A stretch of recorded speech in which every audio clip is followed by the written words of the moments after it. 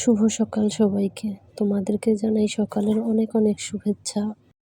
আমি যেহেতু গ্রামের একজন গৃহবধূ, তাই আমার সকালটা শুরু হয় সকালবেলায় বাসি কাজকর্ম দিয়েই। তো তাড়াহুড়ো করে উঠোনটা ঝাড়ু দিয়ে নিচ্ছি, শরীরটাও ভালো লাগছে না, বেশ ভোর ভোর উঠে পড়েছি। তাড়াহুড়ো করে কাজগুলো সেরে আবার ছেলেও ঘুম থেকে উঠে পড়বে, তাকেও তো আবার খেতে দিতে হবে, হাত মুখ ধোয়াতে হবে, ব্রাশ করাতে হবে, অনেক কাজ। তো উঠোনটা ঝাড়ু দেওয়া হয়ে গেল, চলে এসেছি রান্নাঘরে উনুনের ছাইগুলো তুলতে। উনুনের ছাই তুলে রান্নাঘরটা পরিষ্কার করে ঝাড়ু দিয়ে নেব। ঝাড়ু দিয়ে রেখে কলপারে তার আগেই বাসন বের করে রেখে এসেছি, তো সেই বাসনগুলো ধুয়ে নিতে হবে। কাজ করছি আর ভাবছি কখন কাজগুলো তাড়াতাড়ি করে শেষ করব, তারপর ছেলেকে ঘুম থেকে তুলে ওকে হাত মুখ ধুয়ে ফ্রেশ করিয়ে পড়াতেও বসতে হবে। চলে এসেছি কলপারে বাসনগুলো মাজতে। খুব বেশি বাসন ছিল না, এই ভাতের হাঁড়ি, 2-3টে থালা আর গ্লাস বাটিগুলোই তাড়াহুড়ো করে মেজে নিচ্ছি।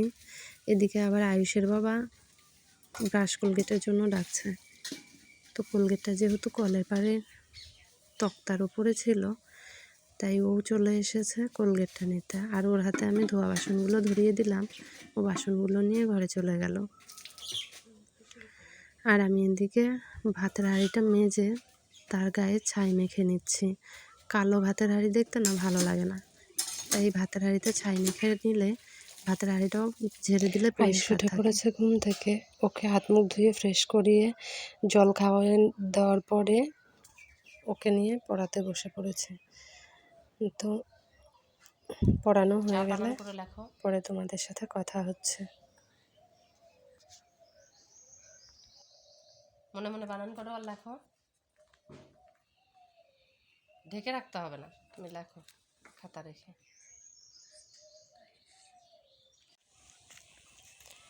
তো বন্ধুরা, হাঁটাহাঁটি করতে করতে চলে আসলাম বাড়ির পিছন দিকটাতে।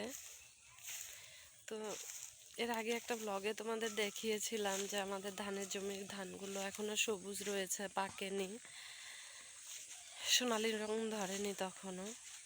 এখন দেখো মোটামুটি সোনালি রং বেশ ভালোভাবেই ধরে গেছে, ধানগুলো কয়েকদিনের মধ্যেই কাটা শুরু হয়ে যাবে।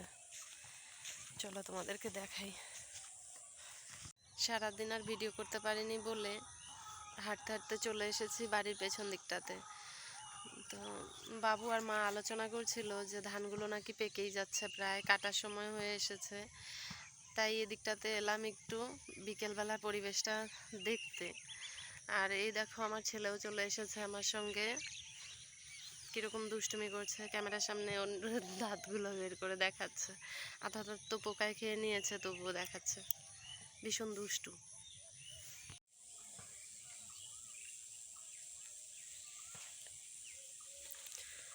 ক্যামেরাতে ঠিক করে বোঝা যাচ্ছে কি না জানি না, কিন্তু সোনালি রং ধরে এসেছে। ওই পেছনের দিকেরগুলো একটু বেশি সোনালি রং হয়েছে, সামনের দিকেরগুলো যেহেতু কয়েকদিন পরে লাগানো, তাই এগুলো এই মায়াতে পড়েছে একবার, তারা এই মায়া থেকে বেরোতে চায় না। দেখবে গ্রামের লোকেরা শহরকে অতটা পছন্দ করে না, কেন জানো তো? কারণ তারা চারিপাশে এই মাঠঘাট সবুজ যে দৃশ্য, প্রকৃতির একটা, সেই দৃশ্যটা পায় না বলে।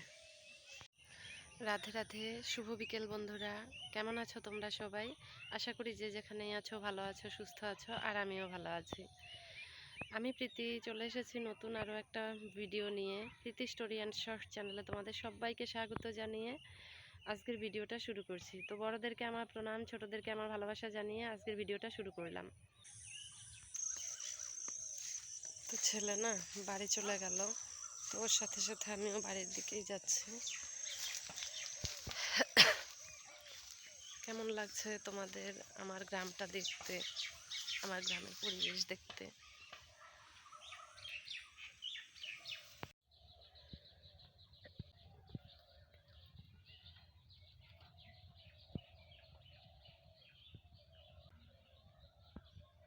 বন্ধুরা, আমার ভিডিও তোমাদের দেখতে কেমন লাগে অবশ্যই কমেন্ট করে জানাবে। আর যদি ভালো লাগে আমার ভিডিওগুলো দেখতে তোমাদের লাইক কমেন্ট শেয়ার করতে ভুলো না। আর আমার চ্যানেলটিকে প্লিজ প্লিজ প্লিজ সাবস্ক্রাইব করো তোমরা সবাই। আমার চ্যানেলটিকে সাবস্ক্রাইব করে আমার পাশে থেকো। আজকের মতো ভিডিওটা এই পর্যন্তই। দেখা হবে নতুন আরও একটা ব্লগের সাথে। তোমরা ভালো থেকো, সুস্থ থেকো। Bye bye.